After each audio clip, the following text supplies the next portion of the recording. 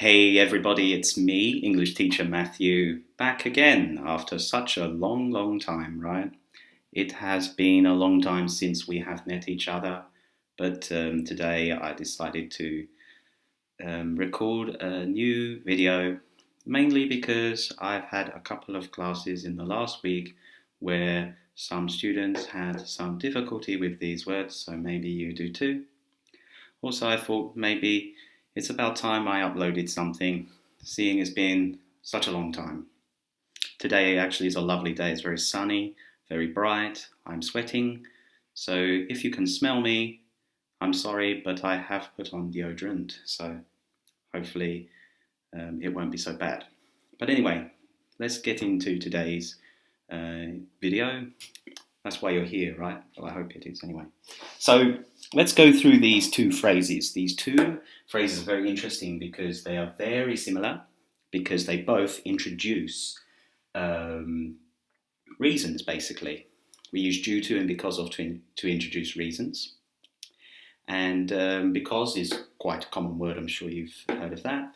But we can also use due to. There is another one as well, owing to, but it's a bit too formal.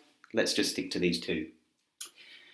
Firstly, what I will say is notice after we use the phrases due to and because of, there is a noun phrase. We can just use a noun, but I've used noun phrases in the first sentence and in the second sentence. Both say hard work.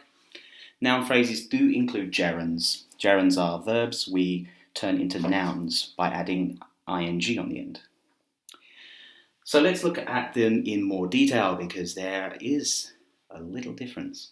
Subtle difference, and it will make you sound much more natural when speaking English. Okay?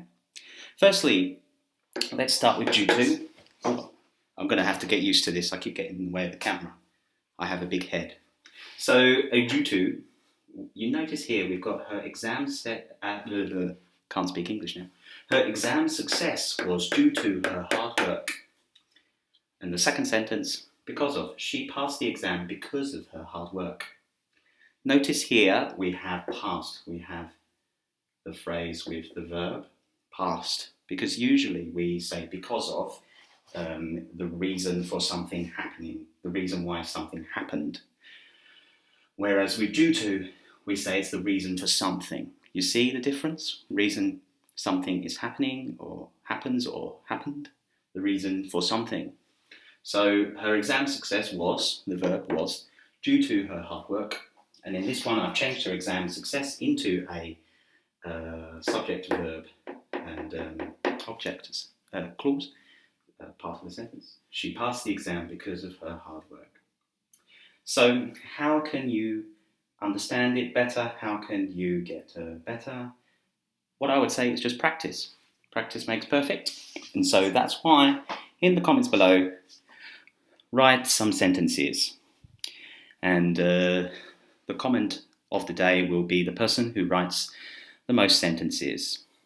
So are you up for that challenge? Hope you are. If you have any other questions, then make sure you leave them in the comments below as well.